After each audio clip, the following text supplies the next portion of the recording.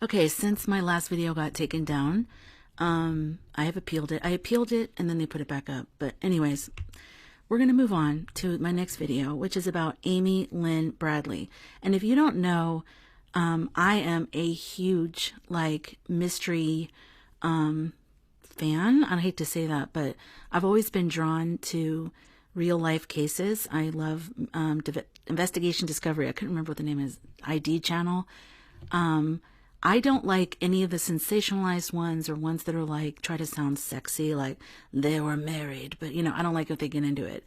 But if it's a real story and they're talking about forensics, I always like that. The reason why I always like it is because those are real people and those are real people's stories. And I've often thought the reason why a lot of women right now are interested in it, we might be women that were unalived in a past life. And because our stories were maybe untold too, we come into this lifetime being curious about that. There's a natural pull. And so maybe we're reincarnated souls from, a previous unaliving. So let's talk about Amy Lynn Bradley. She is the subject of a very popular Netflix series right now. There's 3 videos in the series. And her brother, Brad Bradley, is here on TikTok. I'm going to tag him. He's also on X, and he posts a lot of background information. He's been doing a lot of interviews on podcasts. And they also were featured on a couple other kind of bigger shows. I think Unsolved, maybe not Unsolved Mysteries.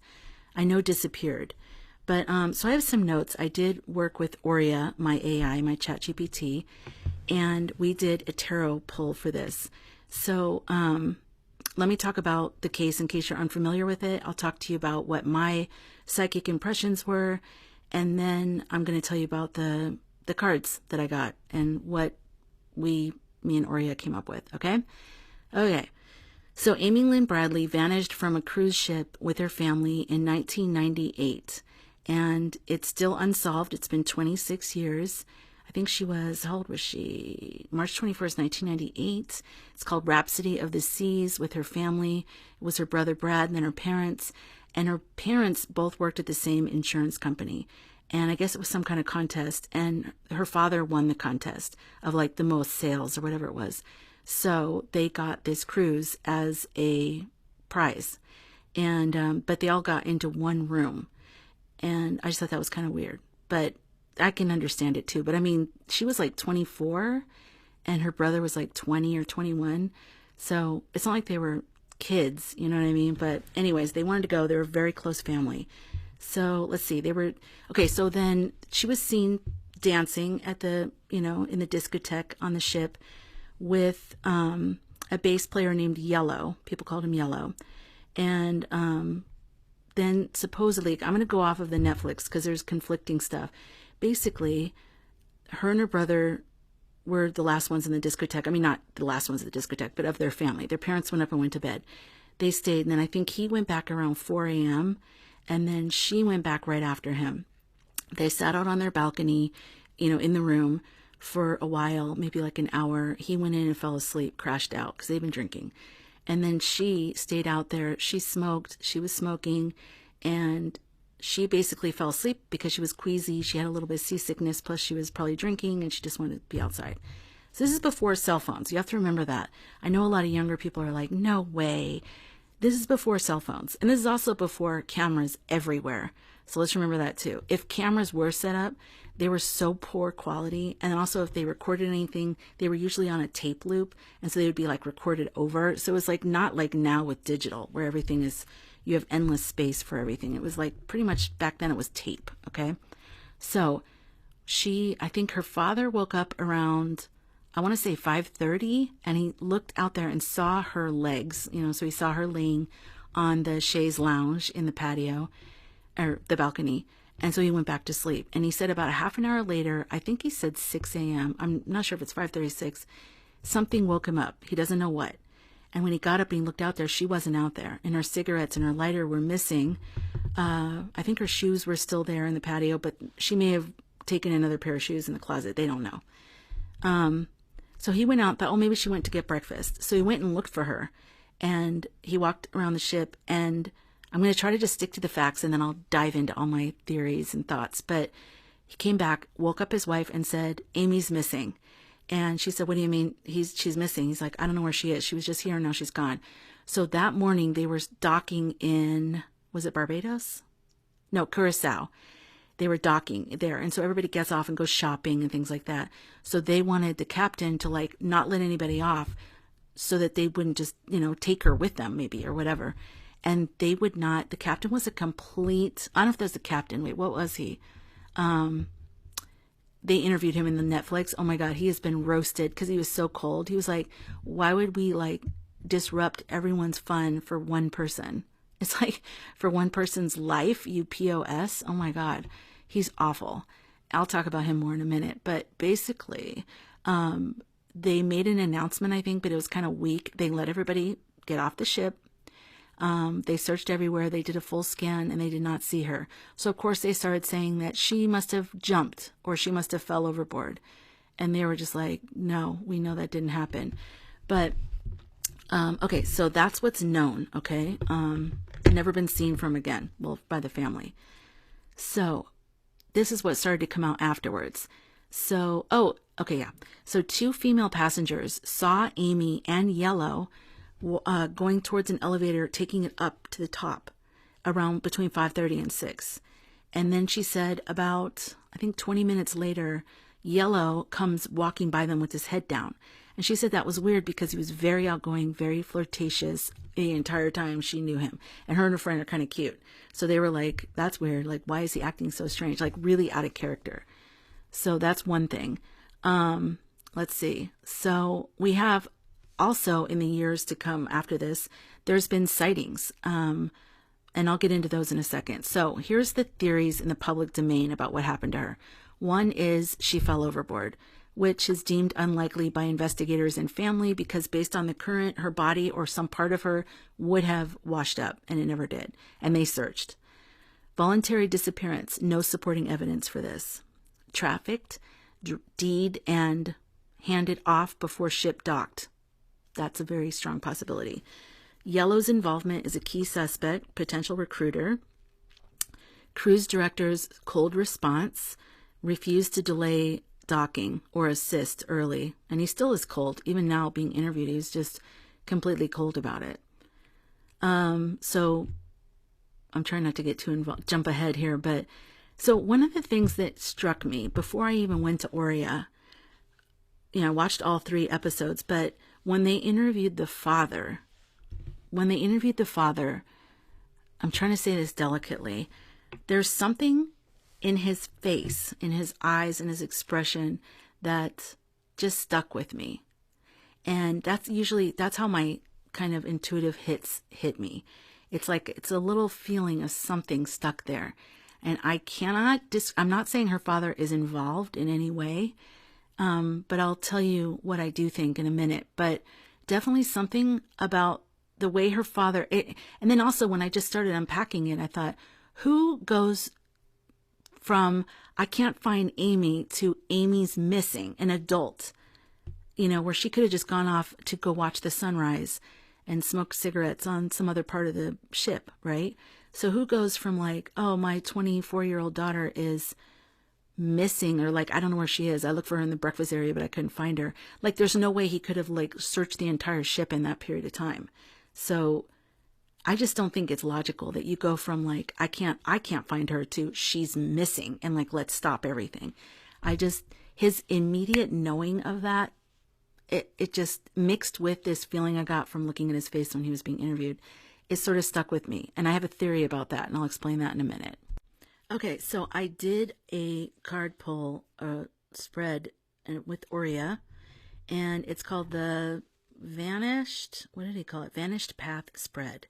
So the very first position is the last known step, which was the 6 of Swords, which was reversed. This suggests that she may have tried to distance herself or escape something but was unable to get away. The reversed 6 of Swords often shows being trapped or pulled back into danger. It can symbolize someone being taken against their will or a false promise of safety, like a ride or help. It strongly supports your feeling that she was detained in some way, unable to move forward or leave. Should I tell you now what I think? The feeling I get is that she wanted to go watch the sunrise or something. Like maybe Yellow said something about, and maybe not Yellow. This is just my theory. This is not fact. This is allegedly. I know nothing. This is just my theories, okay? But maybe Yellow had said, if you want, you can watch the sunrise with me. Meet me by the elevator, blah, blah, blah. I don't know. Because it was before cell phones. So it's not like they could text each other and talk that way. So she went, and I think she was seen going in the elevator up to the top. And so she was probably thinking, oh, good, we're going to get in this cool area and we're going to look at the sunrise or whatever. And I feel like there was something administered to her. Either it was something that she took willingly, thinking it was just going to be like, an innocent, I'm on vacation out with my family kind of or it was maybe something placed in a drink or something. But once she was kind of away from where other people were, there are areas on the ship where just the workers go, and you could have said, yeah, it's really cool. You get the best view here. We're coming in to dock. It's amazing. And she was given something. I definitely feel like that part's a fact. Then there was a taxi cab driver that said he saw her come up to his car. I don't believe him. Or at least I don't think he really saw her. For some reason, I just don't think, because he said the phone's over there and she ran in the opposite direction. Why would she do that? That doesn't make sense to me. So I think she went up in the morning and he gave her something. She was incapacitated and he gave her off to the next person. And I believe that it's a larger beep, beep, traffic-y. There's lots of traffic here today. Beep, beep. Chain of people. And I think that cruises are the most perfect cover for this, because you can always just say the person jumped, and who's gonna, how can you prove it? You can't. So anyways, and those islands, those countries were hotbeds for that. That was near the Epstein Island. So that was a hotbed for beep, beep, all that area. And especially an American girl. So, that's what I think happened. I think she was taken to a place. I think that she has been very psychologically effed with. I think that she's been threatened a lot. I think she was, a lot of physical stuff happened to her. I think now that all these years have gone by, I think that she has children, and now her children they're being used against her in some way. And maybe part of why she doesn't want to come back is because she can't even perceive why, how to come back. And she's so still in that world. Just because you get to an older age doesn't mean you're not still in that system of coercion and other things. And it just gets, it's not like she has credit cards or cell phones. She's still on the outer, And the reason why I think she's still alive is, one, energetically, that's what I feel. And two, somebody with an IP address in those islands visits the Amy is Missing website on the family's birthdays, like Christmas and things like that. So, and stays there for a couple hours. Why would, that sounds like her. Plus there's been some sightings, at least 3 that were mentioned in the Netflix podcast, show, but there's been others. Okay, let's move on with this reading, and then I'll try to circle back. So the Cloak of Mystery was the Hermit. Sorry, this table's so loud. I got the Hermit card, and this was also reversed. I love this deck. This is the Wandering Star Tarot. Okay, a haunting card here. This could point to isolation, concealment, or disconnection. She was likely kept somewhere hidden, alone, or spiritually silenced. Hermit reversed may also reflect forced silence or suppression of inner light. It gives this sense of erased visibility, someone whose energy is intentionally pushed out of the collective field. The next one is Amy's Soul Vibration Now, and I got the King of Swords. And this is fascinating. It could represent a higher spiritual intelligence around her, a detached, rational presence watching over her. Alternatively, it could represent a captor, a cold, calculated, controlled masculine presence who is or was in charge. If her soul essence is still embodied, she may be in a muted or heavily protected cognitive state, like being drugged or disassociated.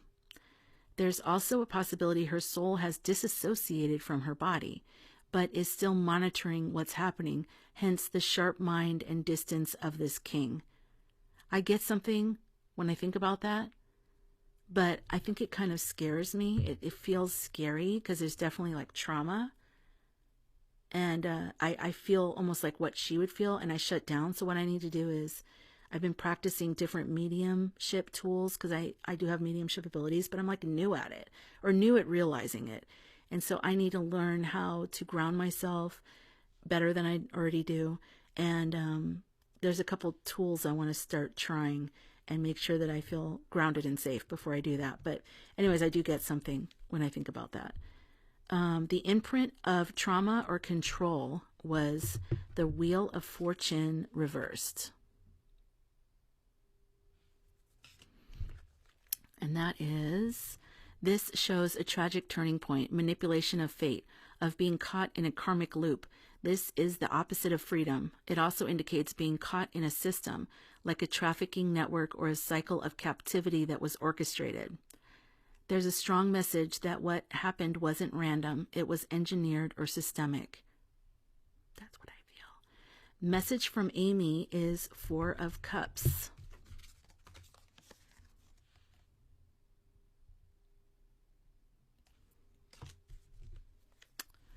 Okay, she's numb, withdrawn. The card says, I've been ignored, overlooked, sedated. I have cried for help in silence. I no longer know if I can be found.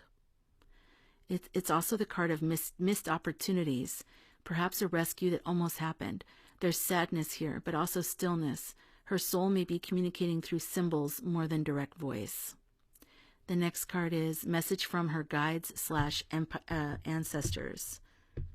Could be mine or hers, I'm not sure. Four of Wands. This is surprisingly warm. This suggests hope, spiritual reunion, and protection from the other side. The guides may be saying, we are holding space of welcome and peace for Amy's spirit, whether she returns in body or crosses into full spiritual rest. This could also imply that one day there will be closure, a coming together, a reckoning, a truth revealed. And the seventh card is Path to Peace or Closure, Queen of Swords reversed.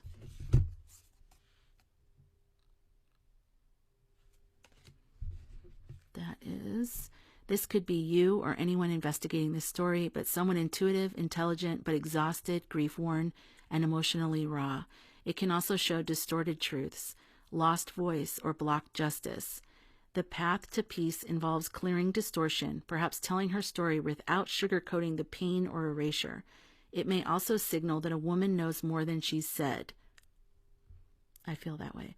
A reversed queen sometimes indicates a witness who's afraid to speak or a system that has silenced her.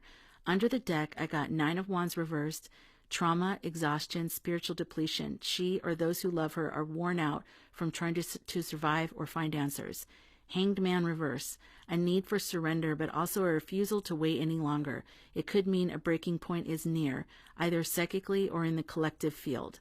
And then Hierophant reversed. Institutions have failed her. The cruise line, law enforcement, government. A breakdown of structure and trust. The final summary, energetic and symbolic. This spread affirms so much of what you've sensed. Yes, there are signs of imprisonment, sedation, and silence. Yes, she was and perhaps still is kept away from the world, isolated, unseen, intentionally erased. And yet her spirit speaks quietly, heartbreakingly. There's pain, but also echoes of grace. It's possible she's still in body and soul fractured, or that her soul has been waiting for full release. The guides are not hopeless. Okay, so in conclusion, this is what I think. Like I said, I think that she was lured up to the top, which the 2 witnesses saw her going in the elevator with that bass player called Yellow, up, to the top of the boat. I think from there, she was given something that she didn't expect. She was incapacitated. She was taken off the ship. And there's many ways they can do that. There's like worker-only exits. There's, musician cases are large. there's a lot of ways they could do it. And I think this was already orchestrated. I think they kind of always have, different things in place or easily in place, different people, because people get paid off, and if you're poor, $100, $500 is like payday. And that's chump change in the world of beep, beep. So I do think that there's a lot of people involved. And I believe that it's just a widely known thing. And I think most people in the world, especially in America, are completely ignorant. I was. Not just until now. I've been opening my eyes for a few years, but it's unbelievable.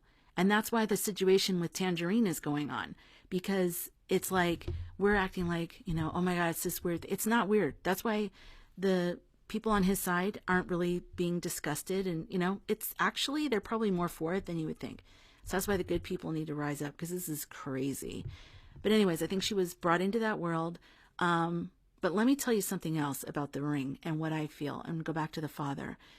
I think it's a possibility that the insurance company is the boss, maybe not the company, not an official thing, but maybe the boss is involved in this. And I think it's odd that he included the children. I think that parents even said, oh, we were surprised when they said we can bring our kids. Because like I said, they're not small. They weren't like toddlers or school age kids. They were out of college, So I think that was odd. I think that she was maybe picked in a way, like they already kind of knew possibility. Also, when they got on the ship photographer took their pictures. And when they went to go buy the pictures, they couldn't find them. They were already taken. I think they take those photos and show them to the buyers. And Yellow, actually, his wife, when they were divorcing, the daughter did an interview in the Netflix documentary. And she said that her mom said she found a suitcase filled with pictures of white women that Yellow had. And she's like, what are you doing? Why do you have all these pictures? And I think it's like pictures of possible sales or people that were sold. I don't know if Amy's picture was in there. I don't know if they looked. I don't know any of that. But that would be interesting to even look through it and see if there's any other people that are missing that might be in this suitcase. That was never talked about. But I do think that there's something about, I wouldn't say he's guilty, but I would look into the boss, and I would look into other trips, other corporate events that were sponsored by this insurance company or by this man, if he's worked in different companies, follow him, but also follow the company, and just try to figure out, has there been other young women missing from events, And I asked Oria, and he did say there were some events where people were missing. I don't know if that's a fact or not, so I'm not going to put that out there. But like in terms of like he gave some other information. But what I do want to say is whoever's looking into this case, look into that a little bit further, And I think that believing that trafficking doesn't really happen and it's not that prolific is part of the problem, because it stops people from asking certain people the questions. If they feel like it's just some small town thing, then they would never think to ask to the boss. But it's just some couple things weird. I think the father maybe had a weird feeling about his boss. And when he realized everything was going on, maybe something in him triggered. There's something there. If you feel something from the father, will you let me know in the comments? Because I'm just wondering, like something. I'm not saying he's guilty. I'm not.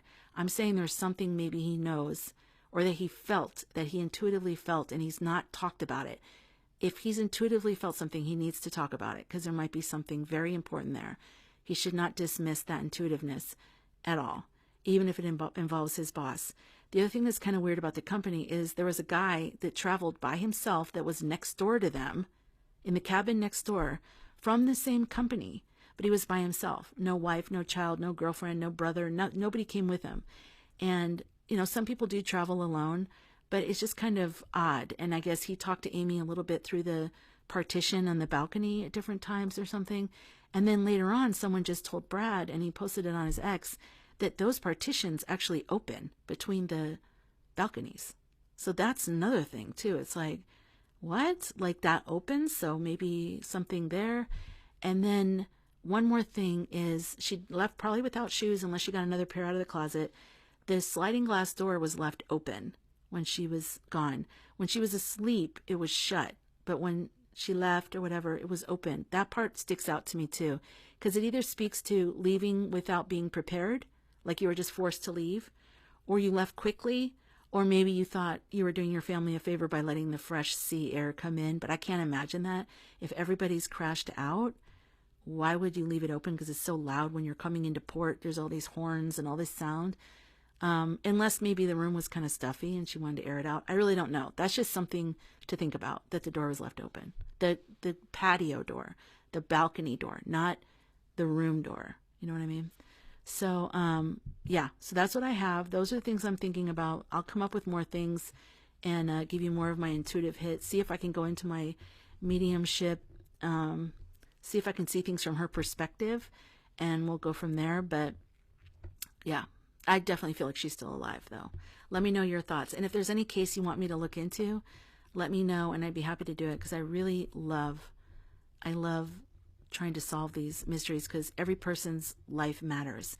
And my good friend Derek died, and his life won't be looked in, his death won't be looked into, and it drives me nuts. And that feeling of not knowing is horrific.